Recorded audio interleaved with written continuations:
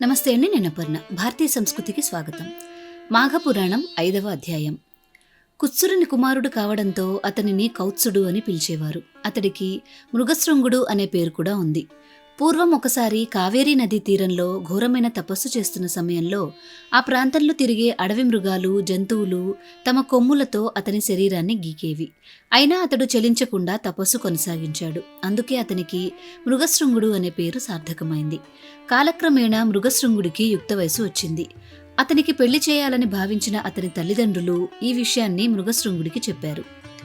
తల్లిదండ్రుల మాటలను శ్రద్ధగా విన్న మృగశృంగుడు, తండ్రి, అన్ని ఆశ్రమాల్లో గృహస్థాశ్రమమే గొప్పదని పెద్దలు చెప్తారు. కానీ తనకు అనుకూలమైన భార్య లభించినప్పుడే పురుషునికి గృహస్థాశ్రమ ఫలితం సంపూర్ణంగా సిద్ధిస్తుంది. కార్యేషు దాసి, కరణేషు మంత్రి, భోజేషు మాత, శయనేషు రంభ, రూపేచ లక్ష్మి, క్షమయా ధరిత్రి, ఇలా 6 విధాలుగా స్త్రీ ప్రవర్తించాలి అని శాస్త్రాలు చెప్పాయి. అంతేకాక మనుష్యుడికి 4 పురుషార్థాలు ఉన్నాయి: ధర్మం, అర్థం, కామం, మోక్షం. వీటిలో మోక్షమే ప్రధానమైనది. మోక్షాన్ని లక్ష్యంగా పెట్టుకున్న వారికి మిగతా 3 పెద్దగా అవసరం ఉండవు. అయితే ధర్మం, అర్థం ఎలా సాధించాలో అలాగే కామాన్ని కూడా నియమబద్ధంగా సాధించాలి. గుణవంతురాలైన భార్యను పొందడం కన్నా గొప్ప స్వర్గం మరొకటి లేదు. అలాంటి వ్యక్తి ధర్మం, అర్థం, కామం, మోక్షం అనే 4 పురుషార్థాలను సులభంగా సాధించగలడు.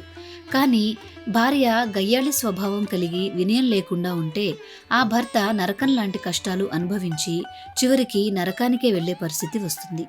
బంధువుల పట్ల గౌరవం తెలిసినదై, విద్యావంతురాలై, దేవతలను, బ్రాహ్మణులను పూజించే స్వభావం కలిగి ఉండాలి.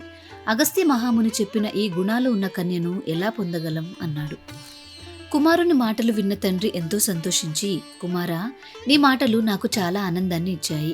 వయస్సులో చిన్నవాడివైనా మంచి నీతులు బాగా నేర్చుకున్నావు. నీ కోరిక నెరవేరాలంటే కరుణామయుడైన శ్రీమన్నారాయణుడే దానికి మార్గం చూపగలడు. అన్నీ భగవంతుని మీదే వదిలివేయి అన్నాడు. మాఘపురాణం 5వ అధ్యాయం సమాప్తం. మీకు ఈ వీడియో నచ్చినట్లయితే లైక్ చేసి మన భారతీయ సంస్కృతి ఛానల్ని ఇప్పుడే సబ్స్క్రైబ్ చేసుకోండి. ఈ మాఘపురాణం పూర్తి అధ్యాయాలను చూడాలి అనుకుంటే బెల్ ఐకాన్ని యాక్టివేట్ చేసుకోండి. తిరిగి రేపటి రోజు పారాయణంలో మళ్ళీ కలుసుకుందాం. నమస్కారం.